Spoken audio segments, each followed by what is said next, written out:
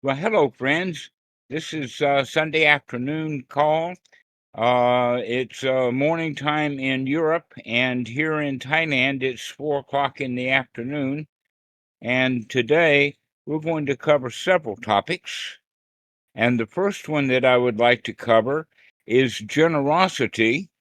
And the first point about generosity that I want to speak on is actually money in the time of the Buddha and how it references modern times.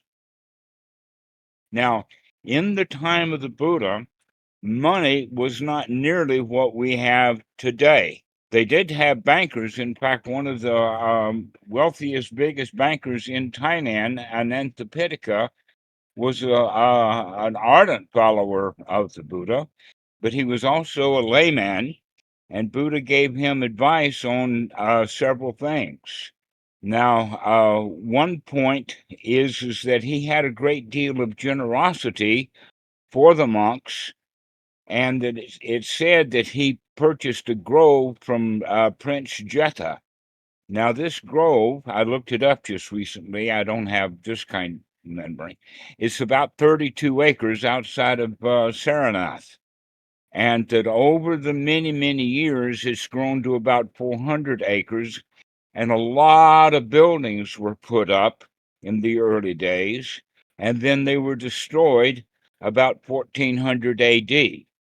But archaeologists, because of some of the things that have been told about the place, archaeologists have swarmed it. This is one of the favorite sites in India that the archaeologists have dug up.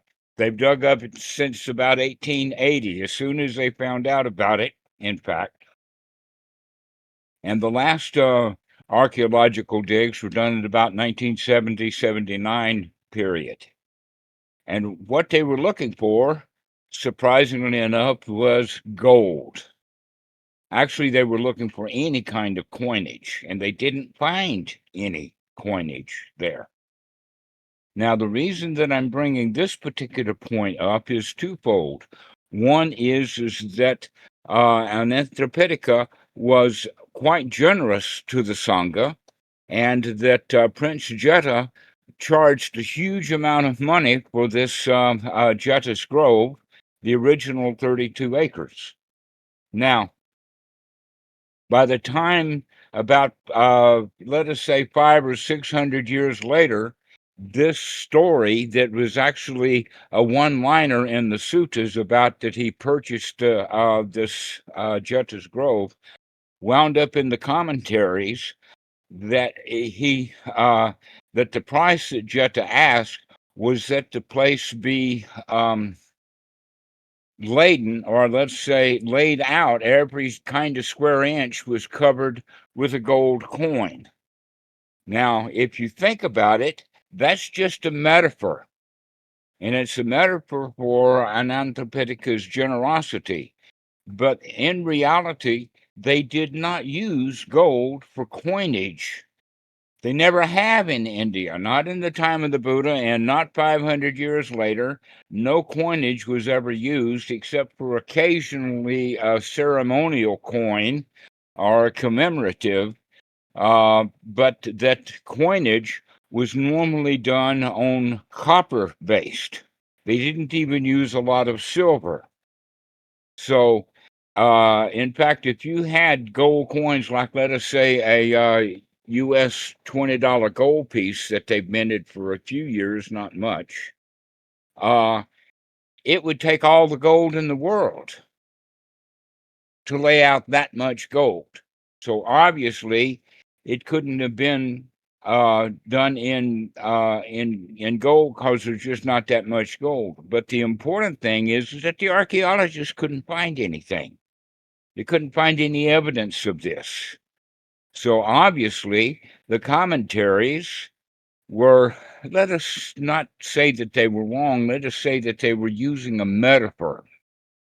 And the metaphor was about the generosity of Anantapittika.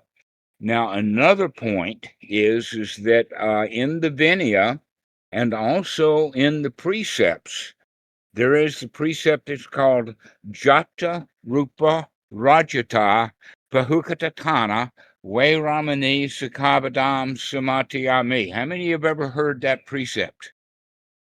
It's the highest. It's number 10. Normally people, when they hear the precepts, they hear the first 5, but this is the 10th precept. Now, what Jata Rupa means is, let us say, valuable metal, mostly silver, and Rajatang is actually king's gold or bullion. Now, this is what the Buddha was actually talking about, is that the monks don't store up wealth in bullion. Does anybody here have any gold bullion in the sense of gold bars or anything? I don't think anybody here's got it. So you're not in danger of breaking this precept.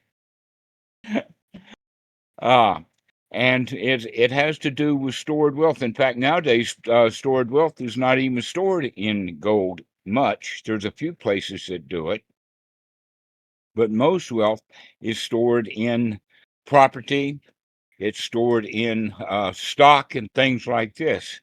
But in the suttas, it also says, actually in the Vinaya, it talks about 10 things that monks don't own, not just including gold and silver, but also land, cattle, servants, slaves, pet animals like lions and tigers and things like this. They don't keep those because they're valuable, and that this would interfere with the monk's spiritual practice. However, he did not forbid coinage. That in fact, the lay people would give monks small coins, small change, and whatnot, but they wouldn't generally keep it. They would give it to an anthropitica for safekeeping. And then if they needed something, like if they broke a bowl or tore a robe at the wrong time of the year and needed some cloth to make a new one or another clay pot, that they would write out a chit. And then some messenger would take that to Anthropitica, and he would go and either get that coinage to give back to the monk, but more than likely he would make that purchase himself and then give it to the messenger to take back to the monk. Now, this is an important kind of quality because there are Theravada monks. In fact, the ones that I know of most specifically are those in Ajahn Chah's lineage, where they take this business about money to an extreme. They say, oh, no money, never money, you can't have any money. But that's not, in fact, the way that it's practiced in Thailand with the monks, nor is it even part of Thai law, that in transportation, the monks get a special discount of half price, which is the same as a child's ticket, and that if there was an actual rule that was followed in Thailand that the monks can't have any money at all, then naturally the government would make transportation free of charge to the monks because they wouldn't have any money to have even a half-price ticket.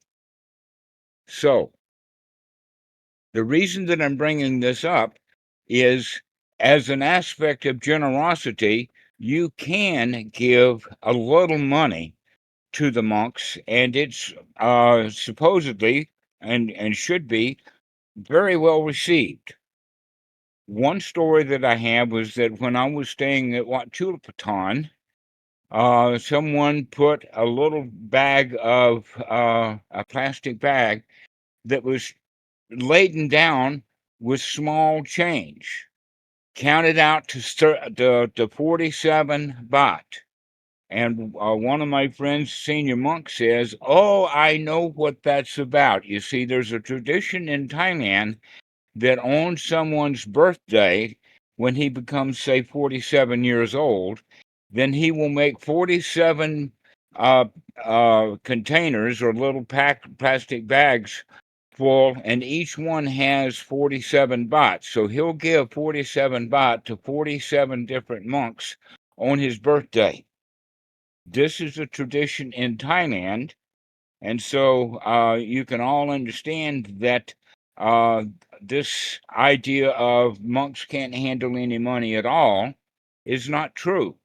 That what they don't have is gold bullion, bars of gold and bars of silver, but the coinage, even in Thailand, they don't have any silver coins in Thailand at all now.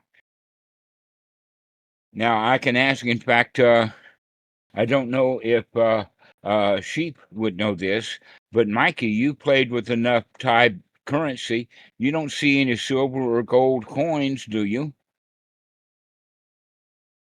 No, not at all. Yeah, not at all. So, the coinage is actually not a problem, not an issue for monks, even if they had a large amount of it.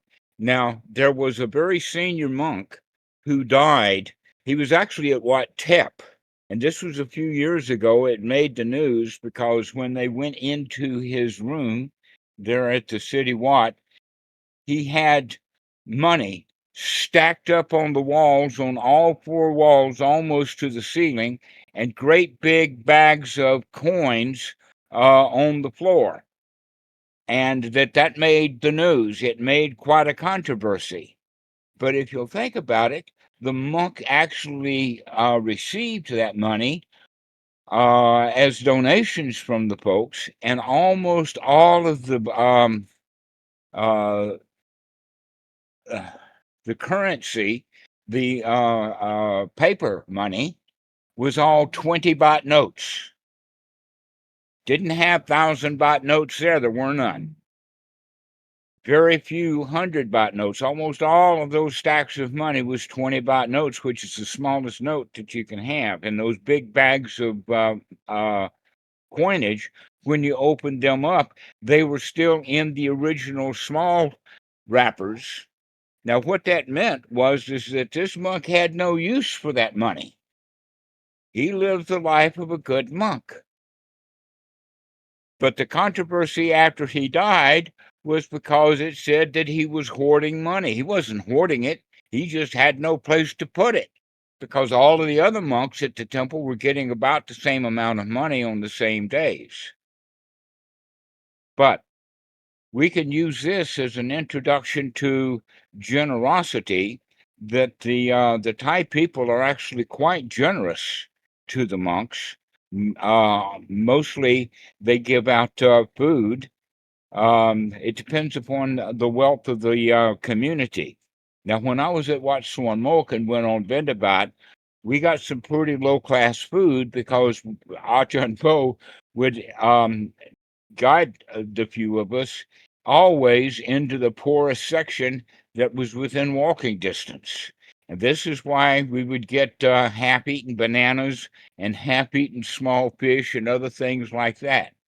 But even then, when I saw this, my compassion or my pity for these people was all screwed up. And the reason that it was screwed up was because I didn't appreciate it. That I thought that the number one, the food was not adequate, it wasn't enough. But number two is that my thought in that time was, oh, I can do better than this. I should be coming around here giving these people money rather than coming and getting it from them. Now, what that did in my mind was rob them of their generosity. That in fact, a gift should be given in such a way that it is well received. And if the gift is well received, that meant that both the giver and the one who is receiving the gift get great joy out of the gift.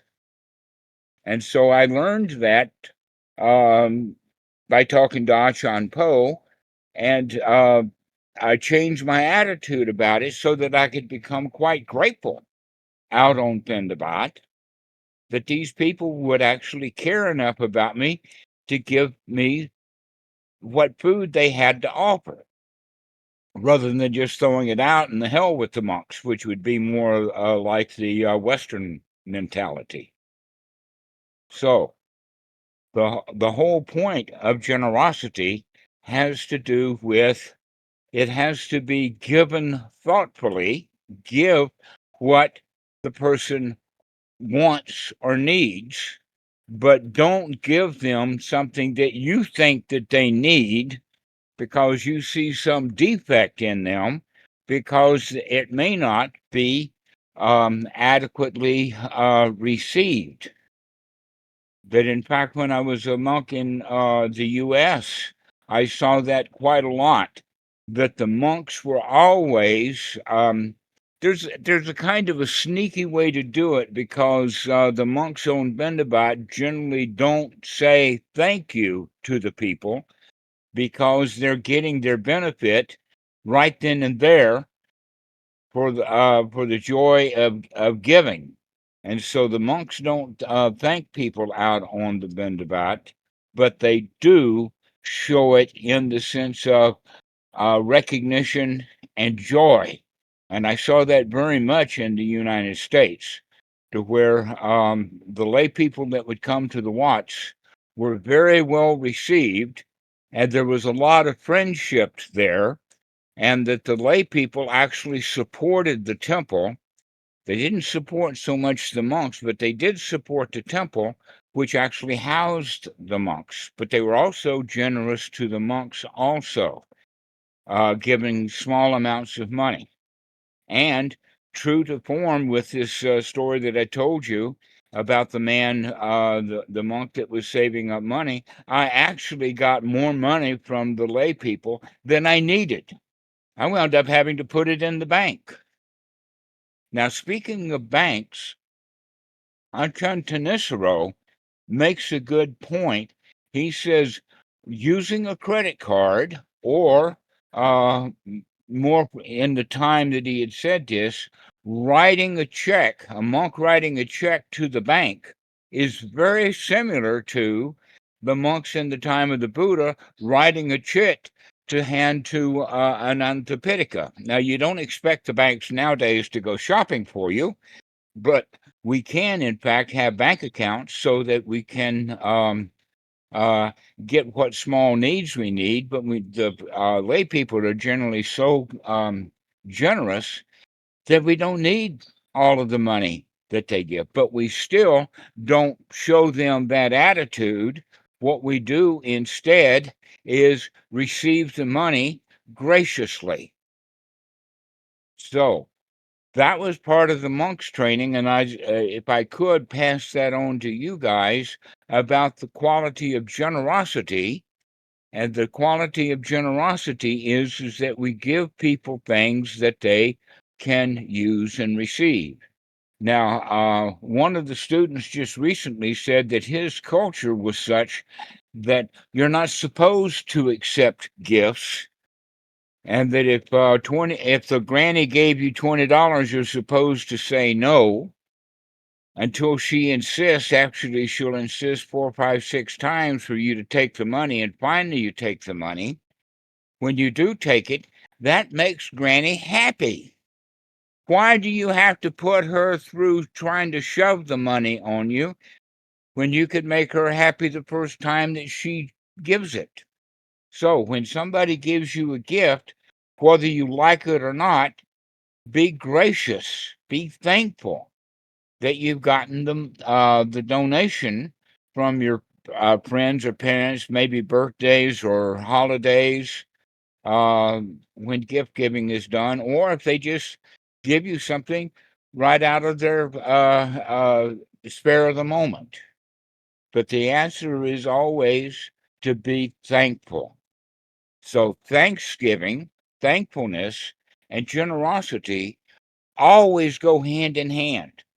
They are the same thing, that when generosity is met with gratitude, then gift giving is worthwhile. Now, I've already made the point, let me make it again, that in Christianity, they have the golden rule of treating people the way you want to be treated. That's not Buddhist at all. What we do instead is treat people the way they want to be treated. And the example that I have is at Christmas time, the husband gives E-span and panties to his wife, and his wife gives him a toaster and kitchen appliances. So that means that she gave him what she wanted, and he gave her what he wanted, and that didn't work out very well. And so be careful when you're giving gifts. You don't give the gifts of the things that you want, but rather you give gifts that you know are going to be well received. So this is the idea of generosity. So if we practice generosity like that, that actually increases friendship. It increases us. That in fact, quite often when Kath was here, I would give him money on a regular basis, and I was doing that for Mikey. But Mikey is not coming anymore because he's now getting a job, and he doesn't need any pocket money from me, which makes me feel bad. I wish he'd come and ask for more money from time to time, just so that we can have that connection of generosity. So this is an actual deep Buddhist quality, is uh, both being thankful and also giving gifts. Now, I will say that we can talk about what are really high gifts as opposed to low gifts. A low gift would be like giving somebody some food, like at Fendabat, or maybe taking somebody out to a roadside stand and getting them some food, as opposed to a middle level would be taking them to a really nice restaurant or giving somebody a loan. Or the high gift in some people's ideas would be to lay down your life for someone. But why should you lay down your life for someone? That's really not going to help them very much. That's actually much more of a military kind of idea, or those kind of religions that have martyrdom. To where in Buddhism, the highest gift that one can give is the gift of the Dhamma. It's priceless. It cannot be measured in value. And this quality of giving the Dhamma as a free gift means that the people who receive that gift will receive it with gratitude, and that it's not to be repaid. The example is that I couldn't possibly repay Achan Po and Bhikkhu Buddhadasa for the teachings that I've gotten from them. For one thing, Bhikkhu Buddhadasa has been dead for 30 years. And number two, Achan Po, who is now about 94, he doesn't want anything. He doesn't need anything. But I still owe him a debt. And that he's asked me particularly to share that debt by paying for it forward. That's why we're doing these chats, is so that we can pay the Dhamma forward, and I can give to you that which I have gotten from Achan Po. Just like a child cannot repay their parents. There's things that parents want from the kids, that's for sure. And if you give the parent what they want happily and joyfully, that will bring joy to the parent. But if you give them back what they ask for out of obligation, and you give that gift grudgingly, then it won't have the impact. And so, Shepherd, I'd like for you to listen very closely to what I have to say next. And that is that the Buddha held especially the mom, but the mom and the dad in very high esteem.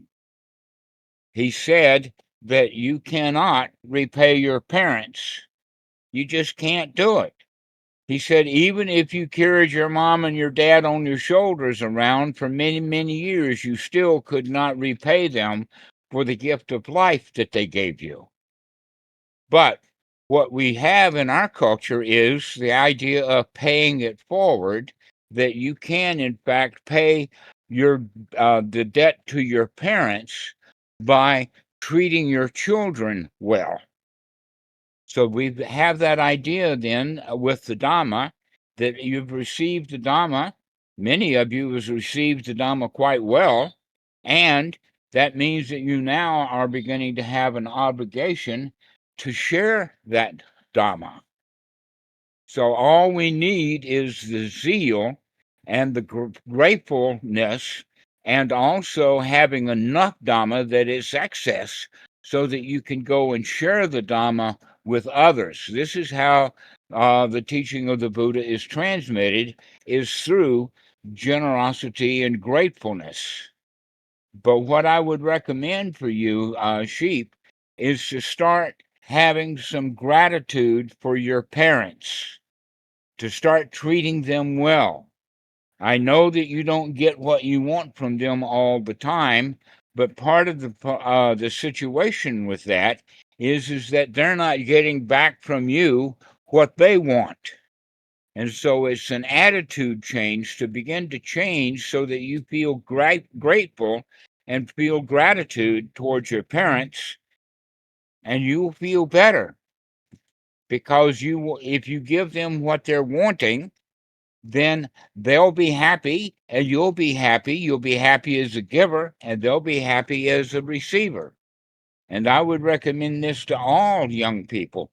Do not resent your parents.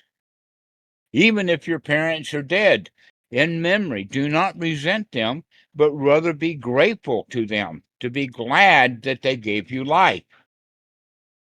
If you're still living with your parents, you have a real obligation to them to treat them well. And so this is really what's about the generosity and gratitude that is so deeply buried into the Dhamma, that it's actually a requirement. Here's an example of that when a student begins to learn the Dhamma, it's like having water dripping into a hot bucket that's been sitting out in the sun. And the first few drops just don't even count, because the heat of the bucket has evaporated them. So you can put 10 or 20 or 100 drops in the bucket, and the bucket's still empty. But as the bucket cools down just a little bit, more and more drops of Dhamma go into that bucket, and pretty soon it begins to show at the bottom of the bucket. And if you practice and practice and practice, and every time that you're practicing the Dhamma, that's like another drop in that bucket. And eventually that bucket's going to be so full that it actually overflows. That excess, that overflow, is then what you give to other people.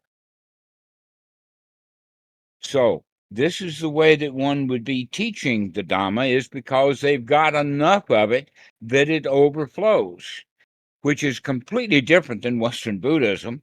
That in fact many of the teachers in Western Buddhism are still teaching from a dry bucket, or one that's almost empty. And so they're out looking for money. They want money. They want to be fed.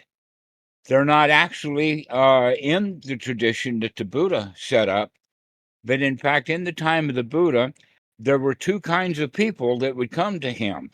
Those that were poor and understood the teachings, and they would become bhikkhus, join the bhikkhu Sangha, and that there were some that were wealthy, and those wealthy ones had obligations, and so they followed the Buddha, but they kept their wealth. The Buddha didn't ask for them to give all their money to the Sangha. The Sangha doesn't need any.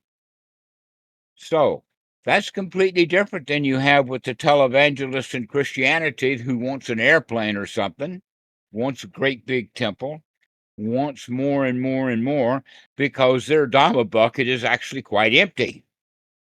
So the Dhamma cannot be sold. It can only be given through generosity, and the only real way to give it is by being so full of it that it overflows. This is the right way to see the Dhamma. Now, what that means is that even if you've been practicing just a little bit of Dhamma and you run across other people, the best way to start teaching the Dhamma is by giving them the gift of a smile, to give them a gift of friendship, to give them a gift of your joy. That's all it takes. You don't have to teach them any details of the Dhamma. All you need do is be friendly with them. This is the way to start teaching the Dhamma, because that's what you've already gotten. You've already spent enough time with the Dhamma to where you've been practicing being joyful. So let's add that to the mix and start being joyful then to the people that you meet in the world, especially those that are already practicing the Dhamma. With them, you can really share the Dhamma. But going back to sheep, I really want you to hear me again. You need to start treating your parents with gratitude. You need to be thankful to them and to be generous with them. This is really the teaching of the Buddha. So before we go much further, let's get some feedback. So let me see. What do you think, Karwan?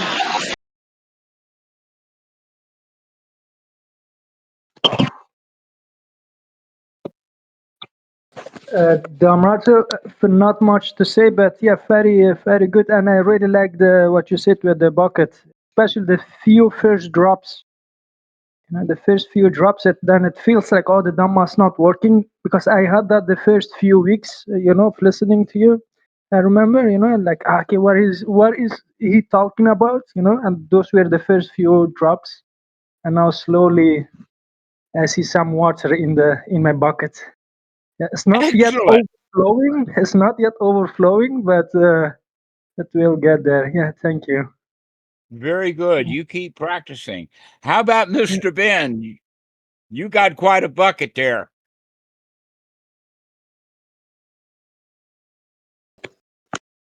Yeah, it's great to share the Dhamma, people. Great to share joy, to share, life's great. Share it with people happily. And About it's you, nice being Ivan? grateful for things. Yes, that's right. The show of gratitude, to be Yeah, grateful, to be alive, to be grateful that you've got friends, to be thankful that you've got some Dhamma. So, Ivan, what do you think? Yeah, I really like the idea of, as you said, what was it? Give them what you are, rather than like the Christian sayings of treat people how you want to be treated. It's a very subtle, small differences, and I really like that. Yeah. All right. How about you, Paul? What do you have to say?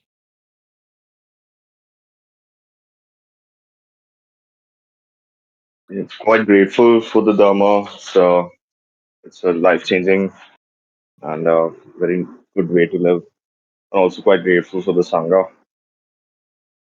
Yes, Thank you you've all. been getting some bucket drops. You're beginning to collect. Good for you. So, Scott, what do you think? I think the Dhamma is great and it's excellent. Should be given freely, and yeah, I plan on trying to give it as much as I'm able to, as it Thank was you so given to much me. for what you've done. That Scott, Yeah, in fact, ran a group um, for quite a number of months, and you might want to even start that back up, Scott. yeah. I've been thinking about it. I just need to know what time is good for people.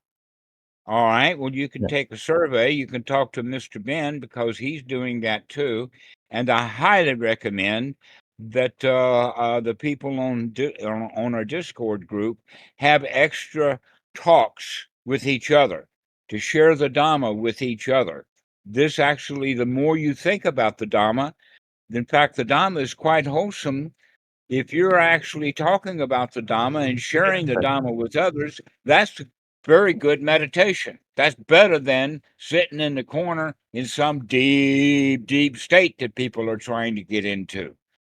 But rather sharing the Dhamma and be there with the Dhamma, this is the best way to go. So let's see. Jesse, what do you think? I agree with just giving your smile. I do that a lot here where I work. I feel like that's a big part of my job is just being positive and I don't know, kind of trying to help uplift people and be like, no, today's great. Let's go get it. Let's go do it. And it doesn't work on everybody, but in general, people seem to respond to that. But even something as simple as a smile, like you said, is good enough. Excellent. So does anybody else want to say something? How about you, Rollo? I don't know. Sometimes I'm enthusiastic about the Dhamma and like to share it, but I have a feeling that maybe that's a little bit too early for me because it's sort of tempting because it can make you feel special in a way, which again can be confusing. So Actually, if you since you mentioned it like that, what we're looking for is to help you to stop wanting to be special and stop seeing that the Dhamma is special. It's just real. It's just ordinary. And that when people want to be special, that's wanting something that they can't have because we're all the same. yeah, And so don't try to think of yourself as the Dhamma is special, rather that it's a teaching about how to not be special. And so I would recommend that you can actually get on the calls with some of our senior seasoned practitioners and let them talk about the Dhamma. Ask them questions about the Dhamma so that you can make sure that you understand it correctly. I love to. So, Timo, you just joined us. What do you think? No, I've been here. I just my camera was not active, but I've been here. I've heard everything you said so far. I have a follow-up question on generosity, if I may, and that is like, would you say if you don't know how a gift is going to be received, it's better not to give at all?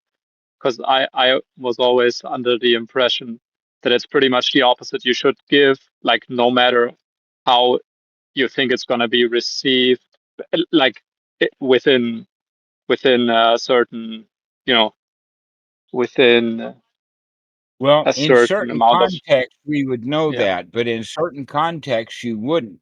So the easy way to do then is to ask, what do you think about this? And what do you think about that? Yeah. I always thought maybe it's just a stupid social convention. But when you ask someone, like, for example, with Christmas gifts, we have it here in our Western culture. Like, I don't like it when people like ask me what I want for Christmas, because it becomes this exchange. You tell me what you like, and I tell you what I like, and then we just buy each other stuff that we could have bought for ourselves. So the preciousness of the gift, I felt like, comes from not knowing, but not asking, but still figuring it out on one's own. Like, how can I give? Because then, if you ask, it becomes like a command, like a demand. I mean, like, I demand, I would like to All have right. this from you. Thank you. And I think, aren't the monks also forbidden to ask for certain specific things? Generally, how that's done in the Sangha is that if you need something, you can tell your teacher that you need it, and he can find a way of getting it to you. But more importantly, I would like to point out to you that instead of looking at the gift, look at the giving. that it's the exchange, it's the giving of the gift that's important. It's the giving of the gift. Now, in some cultures, it's not appropriate for you to open the gift when it's being given. That actually robs the moment of its real joy. That, in fact, the best thing to do when someone gives you a gift is to tear right into it with gusto and really appreciate it. Wow, I really like this. Receive it very well.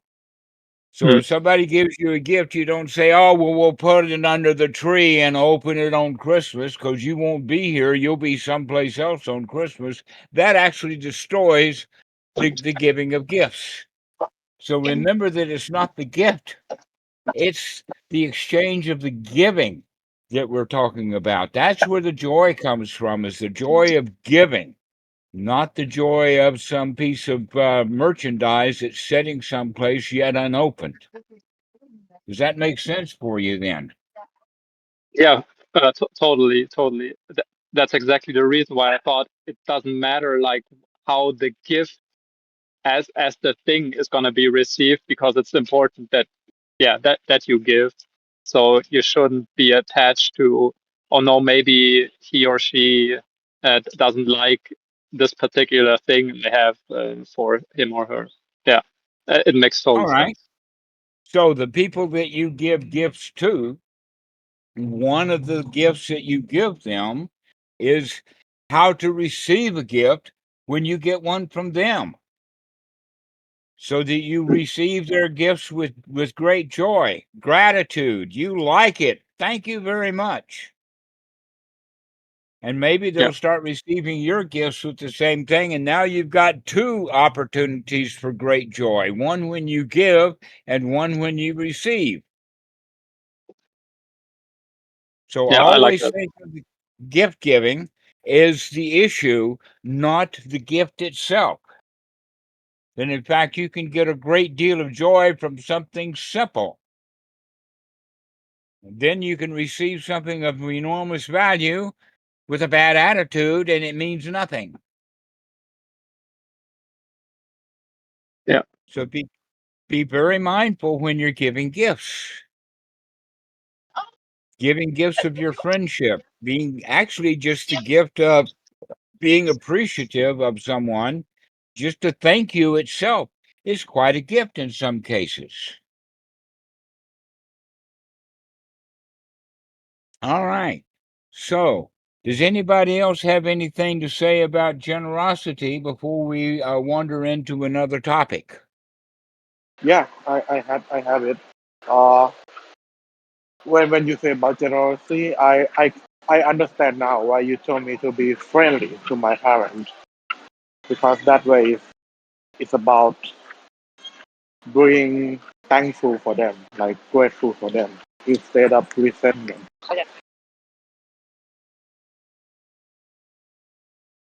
Sheep, they have given you so much.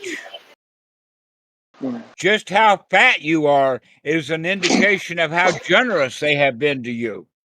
The fact that you're still walking around means that they give you life itself. They've given you all the best things. The best things in life that you've got have been free, and they've been freely given to you by your parents, and yet you don't appreciate that. So if you start to cultivate your gratitude to them, then their gratitude and give them that joy, they'll be even more generous to you. But if you turn off the spigot, you're not going to get much gratitude or joy from them. This is one of the things that I really love about the Thai culture, by the way, and it's not all Thai culture, but the Thai culture, especially those who have been lay people who spend a lot of time at the Wat and hear the monks and talk about this kind of stuff. I see they're very joyful, and their family is in great unity. My wife's family is big, and they're generous to each other, and they work together. They're very happy and joyful that way. and that I would like to see you and your Thai family to actually be Thai, to be really part of the family, to be joyful, to be gracious, to be grateful, and also to be generous to your parents. Buy little things for them, cook your dad food and other things like that, so that you can begin to repay them for all the beautiful things that they've given to you. So I want to thank you, Sheep, for being here, so that I can share this with you. So, Michael Swift, what do you think? I also want to thank you for the talk, Dhammarato, and for you spreading the joy of the Dhamma. I haven't been on in a little while, a couple weeks, and I watched the video on Friday, and it was just so good to see everybody so joyful and in the sharing of the Dhamma that prompted me to get back on to this call today. But I'm very happy to be here. I want to say thank you for everybody that's here. You're back. Good to see you. All right. So, Krishna, what do you think? Hello. Well, that reminds me of this quote. I think it was by Marshall Rosenberg that we should never give out of selflessness. We should always give out of self-fullness. So out of the joy of giving, not out of pity. I'm not sure where self and selflessness, in fact, all of that if you give something with joy, if you're happy to give it because you're over compensated, you've got plenty of it, and so you give it as a gift, that's not selfish at all. But if you give that gift begrudgingly, if you think that you own that product and that you are more deserving of it than the person that you're giving it to, like a loan, for instance, oh, that's my money, I don't want to give you. Okay, that's the selfishness. But if you're generous, generosity, in fact, helps to destroy the ego. And stinginess is ego. So thanks for making that point. Let's see. How about you, Claire? Do you have anything? Welcome. I'm glad to see you again.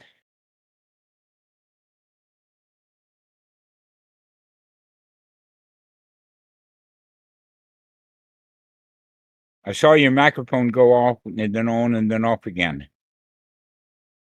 Oh, good morning, everyone. So I arrived late, so I'm here for like 5 minutes, and I'm waiting for the next topic so I can give some some words in the next topic because I didn't hear so much.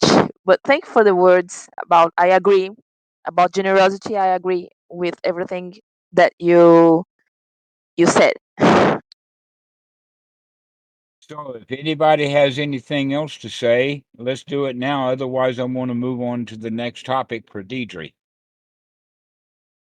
So, Deidre, what's your question again? The question is, and by the way, thank you for passing on the Dhamma.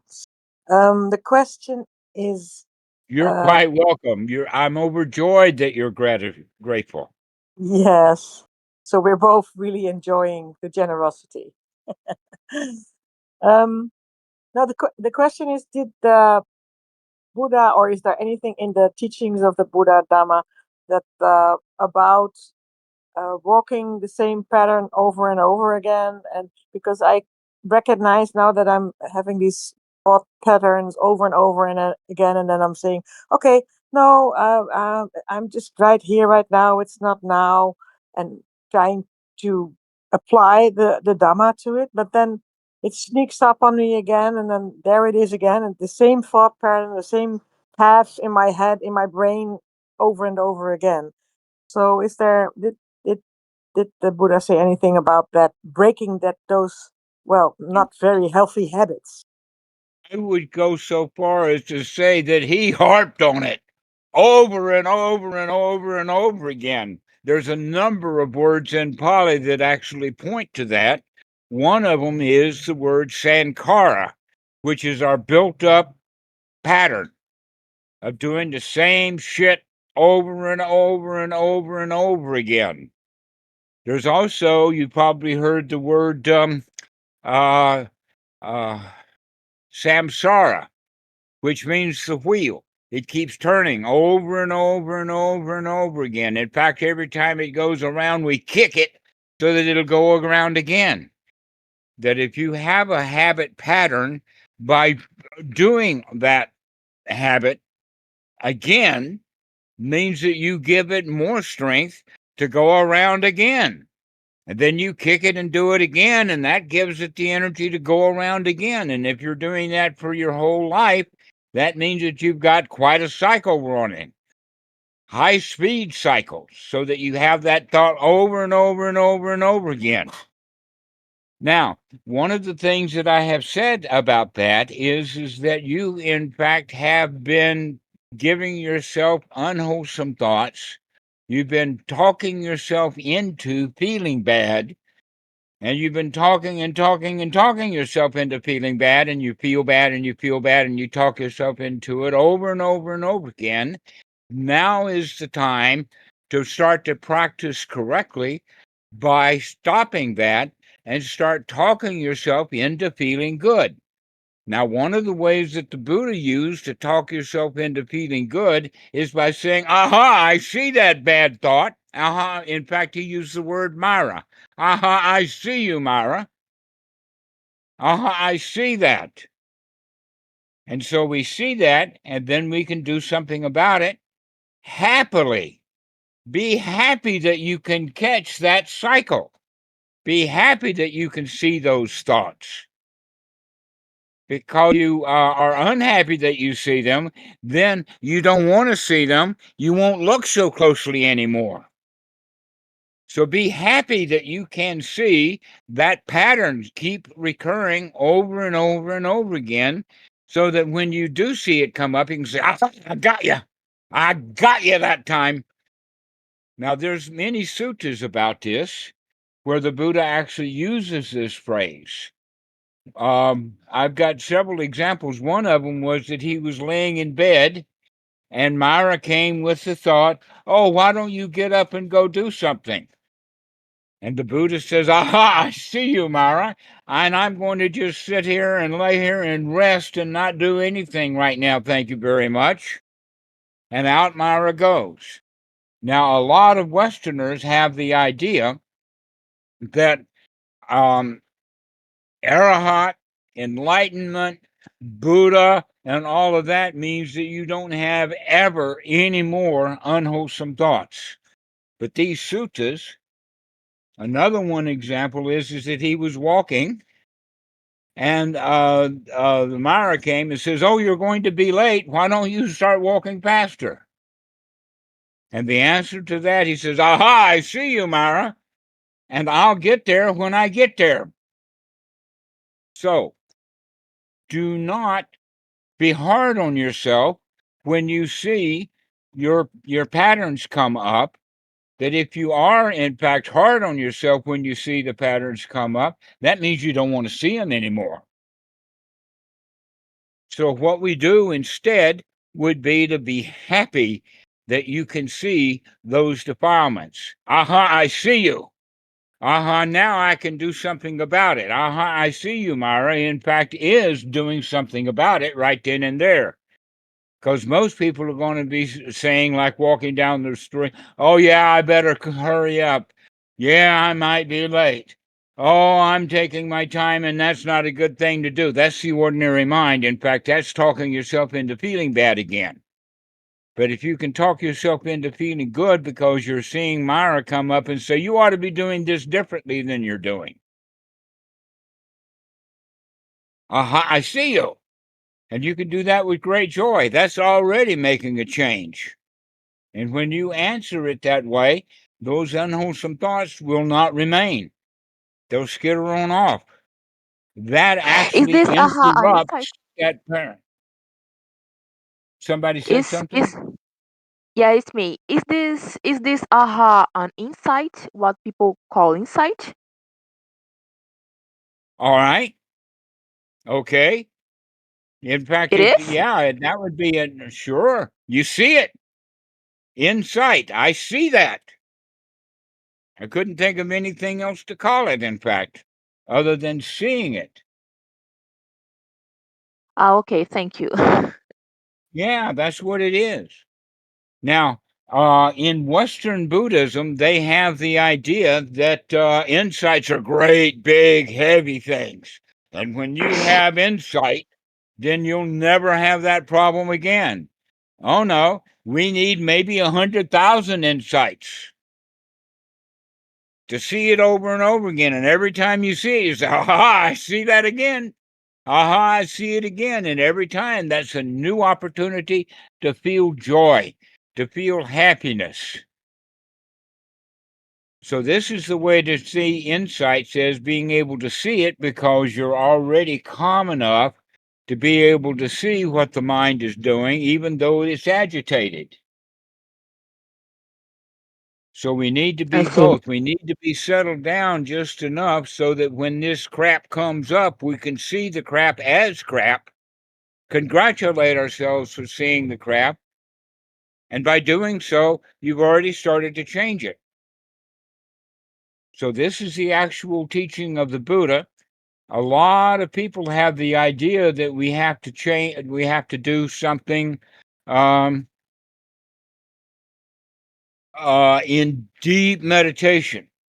That in fact, my dear friend Kat, who is now a monk after he's been a monk about 2 years now, and he before he was a monk, he had a conversation with a very famous meditation Western teacher, a woman who had never ordained, but she was studying with some other Western teacher who had never ordained, didn't have a clue about what she was doing or how she was teaching.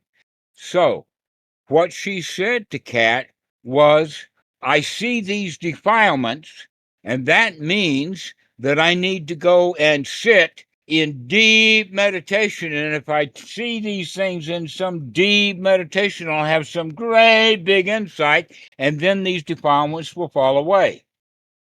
Well, that's what ordinary people do. That's not the teaching of the Buddha. What the Buddha would have recommended to her right then and there was, when you see that defilement, don't say, oh, I have to go do something later, but rather you can say, aha, I see you, defilement, right now. And do something about that defilement right now, because that's when you've seen it, rather than seeing it and then say, oh, poor me, I still have defilements. I'm going to have to go to do some deep meditation in order to get rid of it. That's crap. That's not going to get rid of that defilement. In fact, right then and there, when she says, oh, I've got a defilement, she's actually in a bad state right there. That's another defilement. It's also not very efficient because you don't have the time and the space in the room when you're in the middle of riding on the highway. How are you going to get in deep meditation? I mean, you can But this better change. practice is not deep. This practice is immediate. No, This practice is even while you're driving the car. I see that. It's that's like what I seeing the mean. skunk cross the road. Aha, I see that skunk, and then you don't hit the skunk. Yeah, that's what I mean. It's really very efficient. Actually, the Dhamma is very efficient because you can do it right away in a split second. Mm-hmm. That's what it's really all about. So do not be concerned that the same old patterns keep coming up over and over again. Be happy that you've got just so few defilements that they have to repeat themselves over and over again. Isn't it marvelous that you don't have 100 million new defilements that you don't recognize? That would be terrible, but we don't. We get in a habit of having just a few defilements. In fact, the Buddha's got them down to a list of about 5 hindrances and 10 asava. So that's only, 5 or 10. That's all. In fact, there's a great deal of overlap between the hindrances. Some of them are directly overlapped. So there's not so many. So be happy that you don't have so many troubles. It's just the same ones keep coming back over and over again. And when they do come back, guess what? You've got an opportunity to see it and change it right then. To stop kicking that circle, to keep going on and on and on with your bad feelings, but rather you can stop that circle right now and say, aha, I see you. Yeah, I realize now that I can see one of my, in this talk now, I see I'm always like, I'm so happy doing things that I'm always doing a lot. But the thing is, then I do so much that I get overwhelmed. So I have to see that I really push myself too much in doing things. Here's the point. When you have the thought, I'm overwhelmed, can you see that and say, aha, I see you overwhelmed? Yeah, now I can. Yeah, I'm all right, I'm overwhelmed. Whoopee, I'm overwhelmed. Let me change that feeling of overwhelmed into, okay, I'm okay. Yes. Yeah. Yeah. There's nothing to it. So, I have a question for you, Mikey. Someone has been sending a lot of chats in text, and I haven't had a chance to read any of them. Do you know who's been sending the text? Is that you? Pardon? Yeah, Carwan and Shepherd Dhammarato, have been sending a few things. Okay. Shepherd, he has It's, a Shepherd. yeah, be aware that you're that typing stuff in during the talk is not going to be catching my attention. That if you want my attention, turn your camera on and wave at me.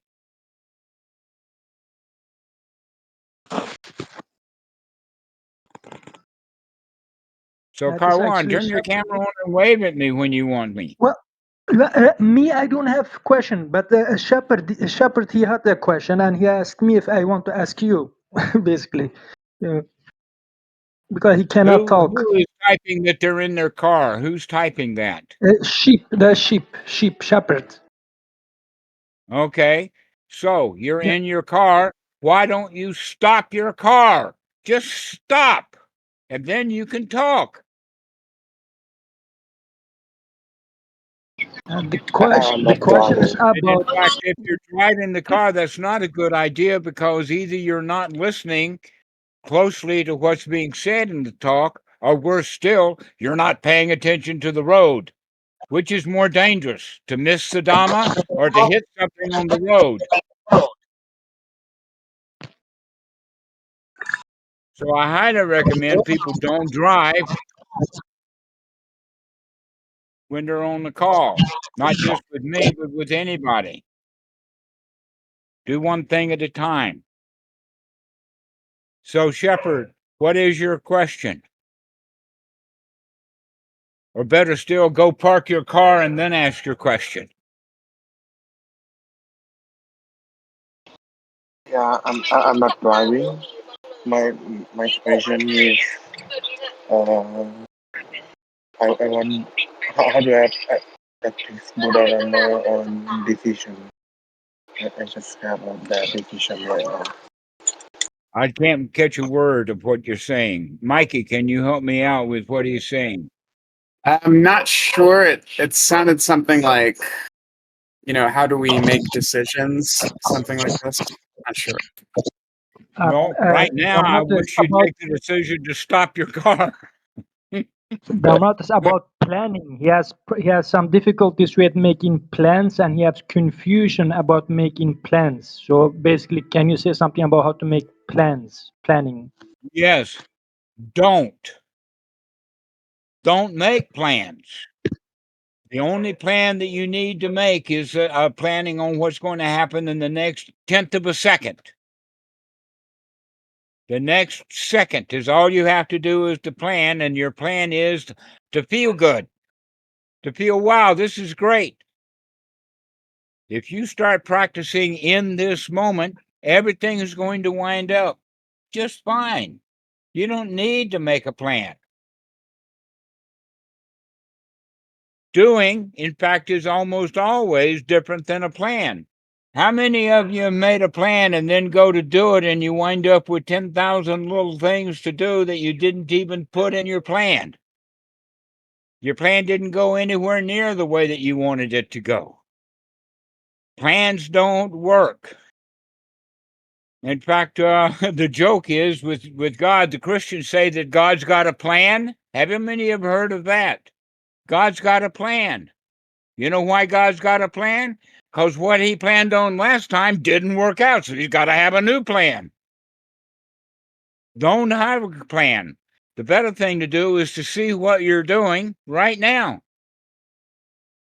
Don't make a lot of plans. The fewer the plans you make, the easier life is. The other part about plans is we tend to make the same plan and make it over again, and then we make it over again, and then we worry about it, and then we make it over again, over and over again. We begin to make it into a bad habit. Just like Dietrich was talking about. Planning is the number one reason for having those samkaras. The better thing to do is to live in the present moment. This is good enough right here, right now. So I would recommend when you see yourself making a plan, stop. Just stop planning. Then you say, well, and then I won't know what to do. Well, you don't know what to do now because you're not in that situation now. When you get into that situation, then you can decide what to do in the situation that right now is just hypothetical. And in fact, one of the things that's quite beautiful about not answering hypothetical questions is because the hypothetical questions leave out all of the reality of the details. That we know the details, and so we can make our choices right then and there because we can see what's happening.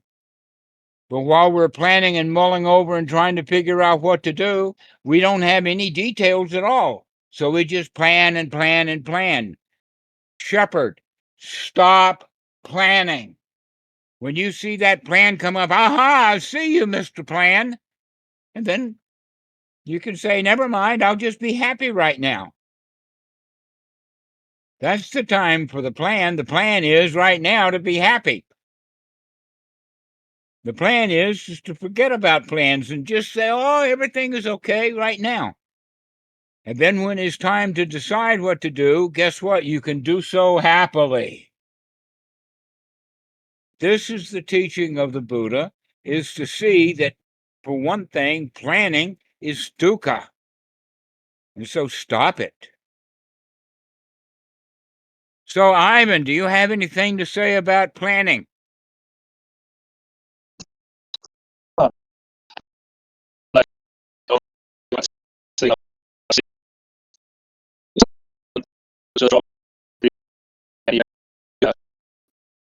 You're breaking up.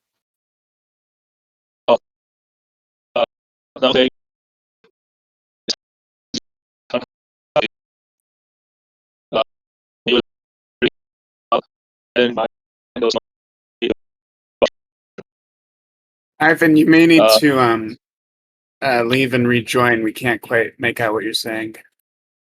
Okay. Well, hello, Christine. Christina, did you just join? Good Is it morning. okay now? Is it okay now? Yes, now you're okay. Now I can hear you, Ivan. Yeah, I was saying, yeah, it's like practicing anapanasati. Don't think about the past or the future. Planning is always there's a lot. There's sometimes hindrance there, and you don't see it. It's and I heard something. Someone told me once. Practicing the Dhamma, planning in itself becomes spontaneous. It's not plotting to get something you don't have. It's not. It becomes joyful. Yeah, I reflect on that a lot sometimes. Yeah. Okay. Well, let's see who I can pick on. Dharma friend, what do you think?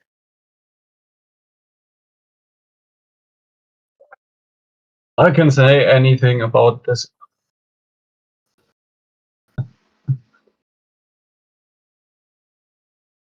You don't have anything to say, is that what you said?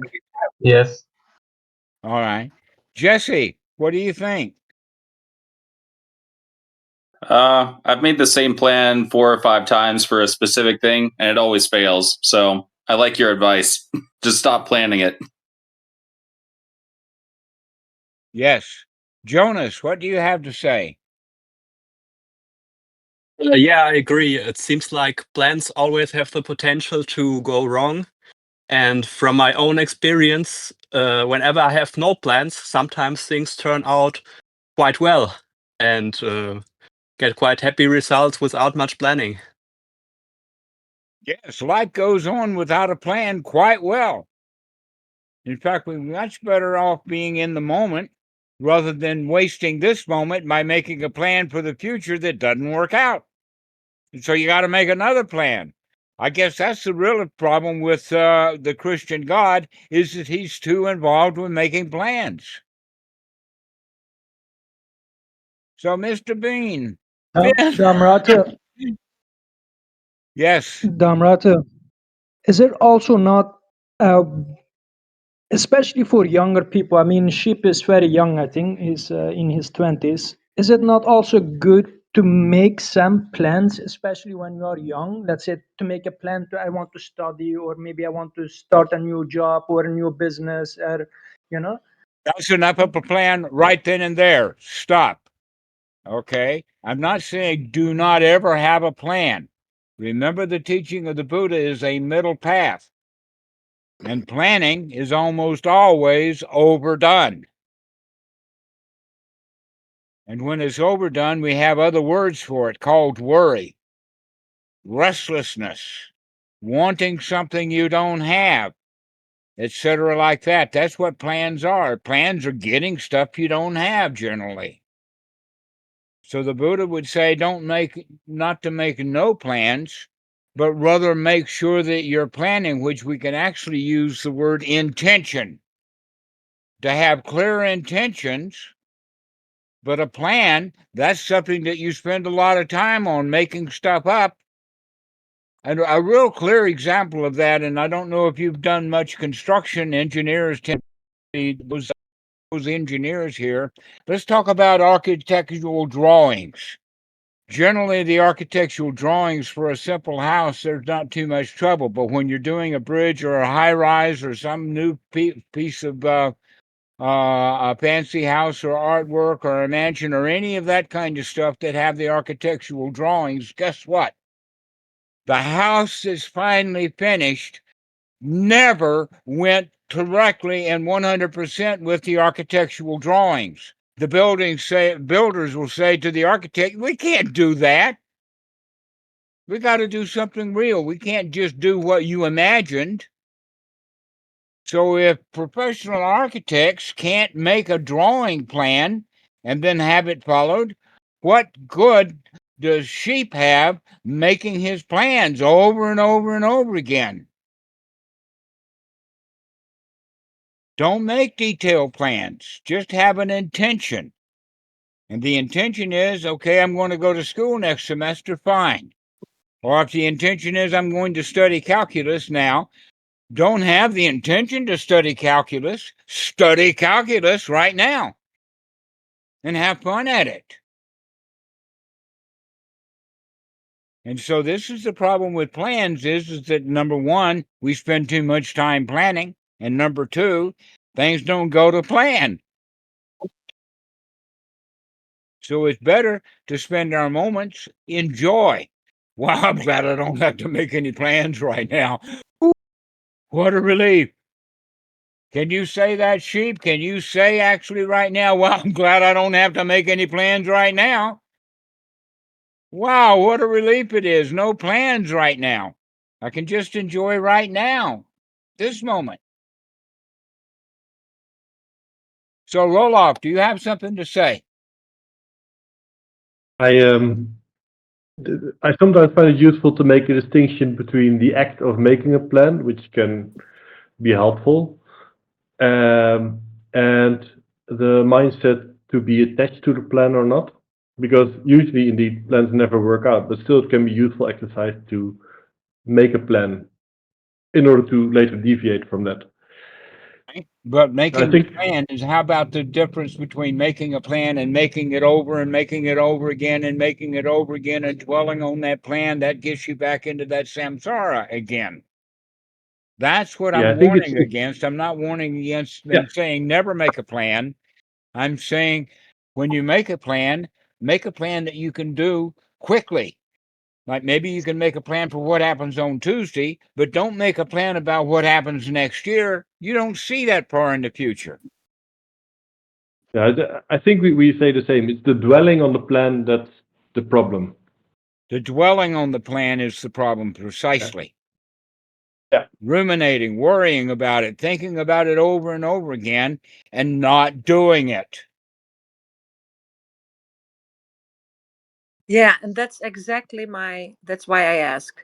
That's my samsara. I make a to-do list and then I think it over and over and again and lay in bed, to-do list, and then I don't do it. So I don't do it. And the to-do list grows. It grows like, oh, I have to do this, and then I add more, and it's not that I don't do it at all. I do some things, but the to-do list keeps on growing, and that's there it goes off. So, Mr. Ben, are you there? Yeah, we could make a to-don't list instead, and the item number 1 could be making a to-do list. Yes, we've talked about that before, I remember. Let's have a don't-do list. And what the don't-do list has on it, the number 1 item, don't-do list, as the first item, don't make a do-do list. Yeah, when we make decisions here and now based on reality as it is here and now, and we can do it joyfully, then there's no problems. Whereas if we try and plan things based on what might happen, what's happened before, what could possibly happen, what we want to happen, it's just based on nothing. Like, it's just pointless overthinking. Best laid plans and all that, like, it's a saying for a reason. Like, exactly. And Deidre, when we overthink stuff, what happens then is we feel overwhelmed. Is that right? Exactly. That's what happens. Right. So if you feel overwhelmed, that means that, you can stop thinking about whatever it was. You can stop making plans, and then you don't feel overwhelmed. Right. So go around spending your life being underwhelmed or not whelmed at all. Wow, what a joy it is. What a relief it is to be free from whelms. Do that. Gotta do that. I can. I know I can. You can. Of course you can. You've got that attitude. You can have that attitude, sure. Yeah. Yeah. Gonna be good. Okay, Alagazi, do you have something to say? Hello, Mr. Dhammarato. I'm just enjoying the talk, really insightful, especially about the Kalisas. I have been studying Ajahn Mahabua talks about Kalisas. He's makes it very intense work to deal with the Kalisas. But you made it only just mindfulness, just being aware of the hindrances, and you don't need to look for more than those 5 hindrances for the Kalisas. So that makes it it's more actually an simple. easy practice. I know that the way that the book was written about Mahabua is he worked very hard. Yes. But someplace in the back of the book, some places says that he gave that up. Don't work so hard. You can see those hindrances without working to see them. There they are. They come up. All you have to do is just be aware of them. Yes. But thank you for the talk, Dhammarato. I'm in Thailand Thailand. together. Actually, just arrived. few days ago in Bangkok. Good, good. Yes. So does anybody else have anything to say? Paul, what do you have to say? Anything? I have a little bit more question. Is that okay? No, hang on. Um, Paul, are you okay. there? Yes. Yeah, there is always a sense of wanting to control reality when it comes to planning, which is based in fear. Um, and it's a good advice to keep dropping it because it's something that's conditioned in us to keep planning to have sort of an imagined future. I think I'll keep that in mind to keep dropping any plans or any need to plan in this moment. Plans can actually be quite heavy to carry around. People get, oh, I've got so much plan. Oh, I've got so much work to do. And I'm planning. All we have to do is just set that down. You say, oh, I'm okay.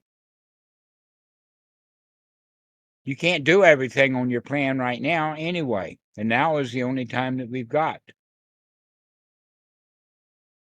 So, Shepard, what's your question? Yeah.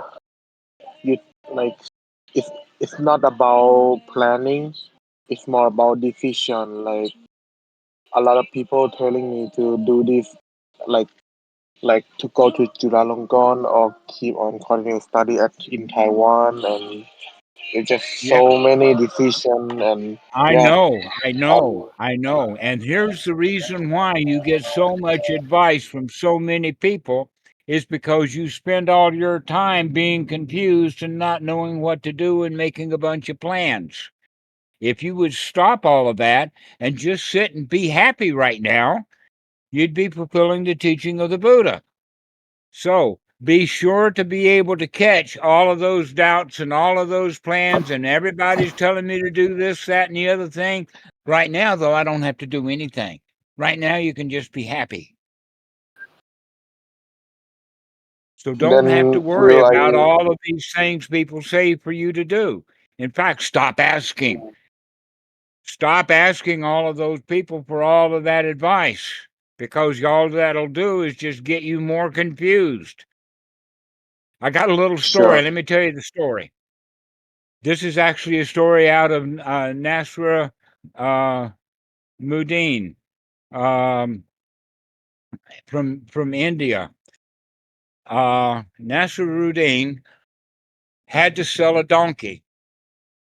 And so he got his grandson, and they started down the hill to the from their mountaintop down to the village where he could sell the donkey. And along the way, people would say, "Oh, Nasruddin, why don't you ride the donkey and let your son walk?" And then he met somebody else, and somebody else says, "Why don't you, old man, why don't you walk and let the kid ride the donkey?" And then somebody else said, as they went along, "Oh, why don't you both get off the donkey so it'll be fresh when it gets to the town?" And then somebody else says, "Why don't you both get on the donkey so that you can ride and be happy?" And so they both got on the donkey and rode and were happy, and the donkey slipped and fell into the creek and was drowned. So much for taking all of that advice, huh? So sheep, stop taking advice. Stop asking for advice. I don't know how to identify. Like I don't know what to do right now. Like I know you I don't know know what to do. Be happy that you don't have to do anything right now. You don't have to do it right now. Right now, you're okay. Just be happy you're okay right now. You don't have to do anything right now. I'm not doing anything except having fun with you. So have fun with yeah. me instead of having all of these plans. Then Just be joyful. Everybody listen to what he's saying, because everybody does this. Everybody's making plans, and then they get confused and they ask for advice, and you're going to get advice from 30 different people, and everybody's going to give you different advice, and you still don't know what to do.